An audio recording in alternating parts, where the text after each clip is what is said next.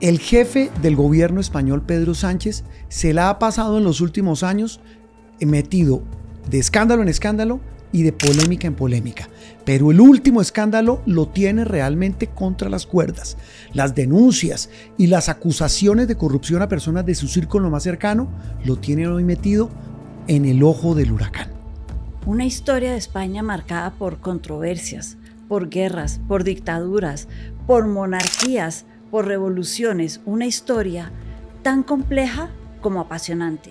Desde la coyuntura de las noticias nos devolvemos en el tiempo. Esto es Memorias del Mundo, un video podcast disponible en YouTube y en todas las plataformas de audio. Teresita, ¿en qué lío está hoy metido el presidente del gobierno español, Pedro Sánchez? Un hombre al que a lo largo de su mandato lo hemos visto metido en unas polémicas espantosas. Pero esta última, donde incluso uno que era considerado su mano derecha está preso.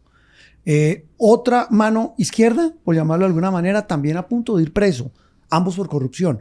La pareja, la esposa de Pedro Sánchez, metida desde hace tiempo en líos y en rumores y enredos y acusaciones muy graves de corrupción. ¿Cuál es realmente el alcance de este escándalo que hoy tiene contra las cuerdas a uno de los hombres más poderosos de Europa? Juan Roberto, estamos hablando de tráfico de influencia sobre todo, y un escándalo muy grande que afectó a los tres grandes líderes del PSOE, el Partido Socialista, que es el partido de Sánchez. De izquierda. De izquierda. Y es que en España uno vota por un partido más que por la persona. Entonces, al tener a la cúpula, a los tres miembros principales del partido acusados de corrupción, el partido entra en crisis, el gobierno entra en crisis. Una crisis que ha estado precedida, Teresita, de otras crisis, que uno no sabe cuál es peor, porque recuerde usted lo que pasó con Cataluña, recuerde usted también lo que pasó con la conformación del gobierno hace un tiempo. Es decir, Sánchez parece ser un sobreviviente, por llamarlo así, de una tormenta política de la que nunca ha salido. Sánchez llamó a elecciones en España hace 2 años, pensando que se podía adelantar a una tormenta política muy grande que se avecinaba en España y ganar las elecciones, y no fue así. Perdió la mayoría y fueron casi 6 meses, Juan Roberto, para que los socialistas lograran tener la mayoría en el Parlamento para formar un gobierno. Y ahí le tocó hacer alianzas muy extrañas, espantosas, para peligrosas, muchos, claro. Como fue con Junts, los separatistas de Cataluña. Que eso en España muchos no se lo han perdonado. No, porque fue a hacer alianza para darle una amnistía, que tampoco la ha cumplido, hay que decir, y ahí vienen parte de los problemas de hoy. Hizo una alianza con el enemigo, por decirlo así, de lo que es el gobierno español, la Unidad Española, y no la cumplió. Entonces quedó mal por punta y punta. Ese quedar mal por punta y punta hace que hoy qué salida le queden a este hombre. Y se lo pregunto porque ya muchos hablan que lo mejor que puede hacer es dimitir, que lo mejor que puede hacer es dar un paso al costado, y lo mejor que puede hacer es tratar de terminar un gobierno que para muchos ha sido desastroso, polémico, ambivalente, con una cantidad de sombras que hoy lo tienen pues convertido, perdóneme la expresión, en un guiñapo político. Totalmente. Y aquí hay 2 temas. El otro partido, digamos, un grupo de partidos que se unieron para darle la victoria a Sánchez y no dejar que el PP, sobre todo, que le hubiera tocado aliarse con Vox, y nadie quiere a Vox en España, ganara esas elecciones, se llama Sumar. Sí. Sumar son varios partidos pequeños que se unieron, digamos, de centro izquierda, para apoyar, o más que todo, más que apoyar, para ir en contra de Vox. Eso lo lidera una señora que se llama Yolanda Díaz. Sí. Ella ha dicho que ella está esperando los resultados de todos estos temas de corrupción, si va a haber juicios, si va a haber castigos sobre todo, y en ese momento tomarían o no la decisión de separarse del gobierno. Si se separan del gobierno, chao, hay que llamar elecciones ahí mismo porque se pierde la mayoría. Por otro lado está Feijóo. Es que a eso iba yo. Esa es una arista del problema. La otra es la oposición, la derecha, el PP. ¿Qué pasa en el PP? El PP quiere Partido y le Popular. encantaría hacer una moción de censura, que llaman ellos. Es decir, poner a voto en el Parlamento si están o no de acuerdo con que Sánchez siga siendo el gran jefe, el jefe de gobierno. Si están o no, si le tienen confianza. Moción de censura a veces se le dice un voto de confianza. Sí. ¿Tenemos confianza en el jefe de gobierno? ¿Sí o no? Pero no lo han hecho todavía porque las últimas encuestas publicadas a finales de junio dicen que si bien el PP y la derecha ganaría 15% de votos, 15 escaños más en el Parlamento. Sobre 10 del PSOE. Y el PSOE perdería 10, aún así no tiene la derecha para formar un gobierno. Esa tal vez es la bala de oxígeno que le queda a Sánchez, que la oposición es tan mala que no son capaces de tumbarlo y de derrotarlo. Que no tienen los votos suficientes para formar un gobierno sin el apoyo de Vox. Y es que a Vox no lo quieren ni en la derecha ni en la izquierda. Y si usted ve la historia de España, hacia atrás, Teresita, ya devolviéndonos en el tiempo, es un país que luego del regreso de una democracia que es relativamente joven, algo más de 50 años, estamos hablando de un país que ha estado metido en unas crisis que hoy se exacerban con la famosa polarización de la que tanto hemos hablado y que hoy tiene al mundo pues dividido entre quienes se odian y entre quienes creen tener la razón de un lado y del otro en todo lado. Ha sido una democracia joven, pero que ha enfrentado numerosos retos. Empezó casi con un golpe de Estado a los pocos años de ser establecida. Ese golpe de Estado, Juan Carlos I metió la mano y como que unió al país. En ese momento tenía legitimidad para hacerlo. Sí. Y lo hizo. Pero es un país que venía dividido desde mucho antes. Pensemos en la guerra civil en los años 30.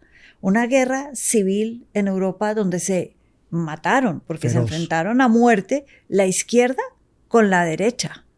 Un momento terrible del que todavía hay secuelas. La gente todavía busca desaparecidos de esa guerra. La gente todavía en sus casas se separa y dice, yo fui franquista, frente a los que dicen, de ninguna manera queremos algo parecido nuevamente en nuestro país.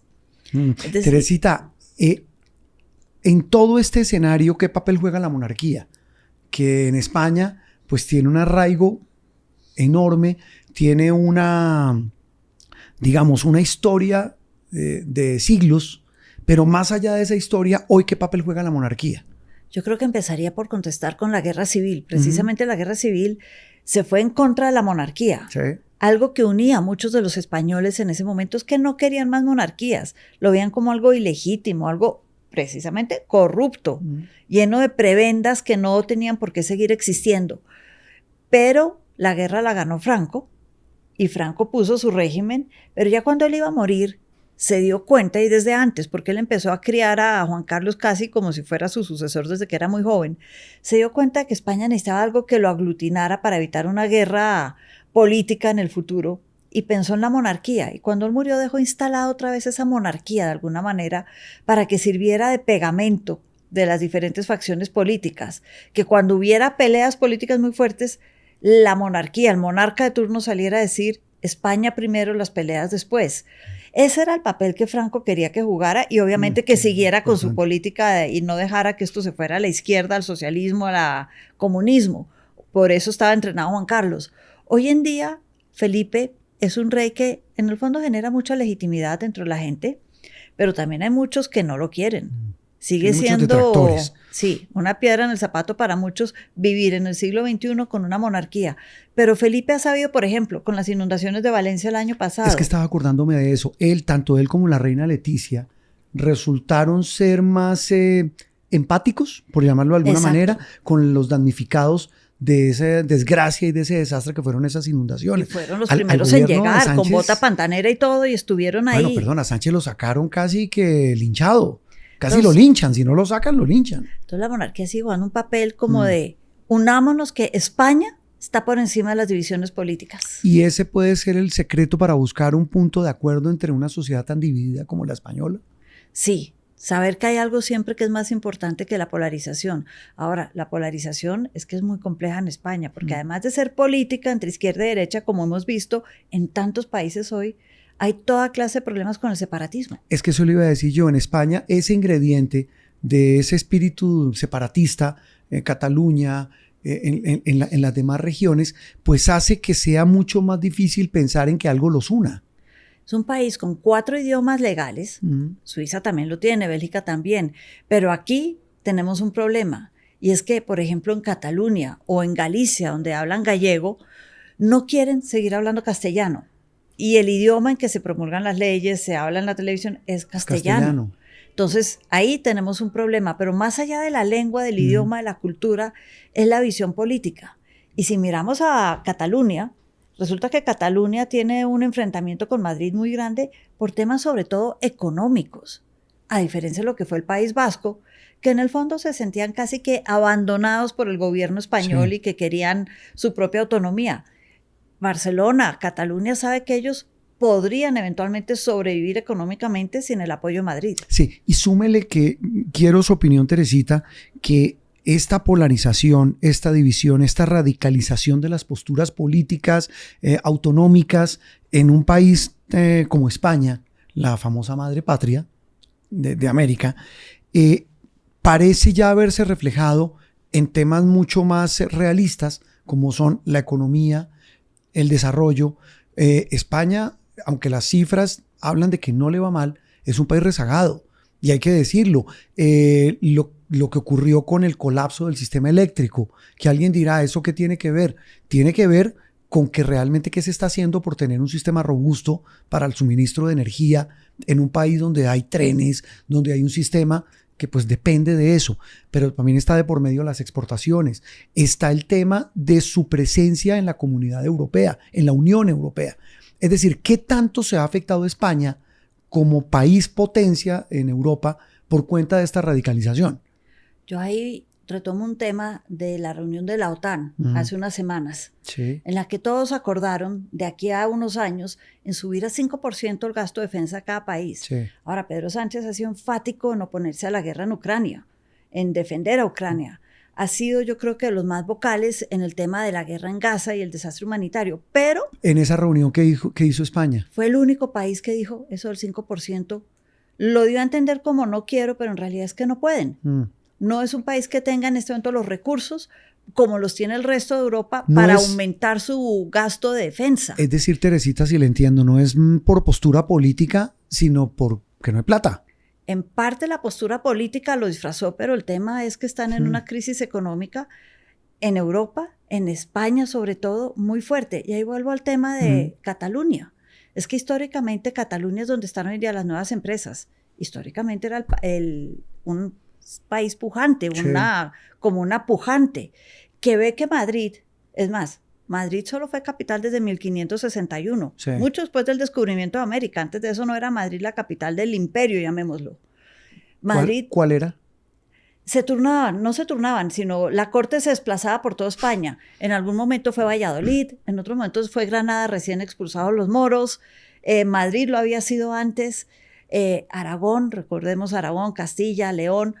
Madrid, Felipe II, 1561. Para ese momento Barcelona ya era una ciudad pujante. Tenía el puerto más grande sobre el Mediterráneo. Tenía todos los adelantos científicos que los vuelve a tener 5 siglos después porque es la ciudad de la innovación y el desarrollo de la inteligencia artificial en España. Esa rivalidad ha existido por siglos y se ve que es una parte que quiere un desarrollo económico hacia un lado, con todos los problemas de separatismo que tiene, y otra que a veces uno piensa se está quedando rezagado el resto de España. Pero, Juan Camilo, hay un último tema, que no podemos decir que solamente haya una separación en España, un separatismo político, económico, histórico. ¿Hay uno más? Importantísimo. ¿Qué es cuál? El Real Madrid y el Barça. Ah, bueno, pero ese sí que es difícil de lograr conciliarlo. Difícil. Teresita, polarización sin fin en España, porque las noticias también tienen historia. Esto es Memorias del Mundo, un video podcast disponible en YouTube y en todas las plataformas de audio. Boombox.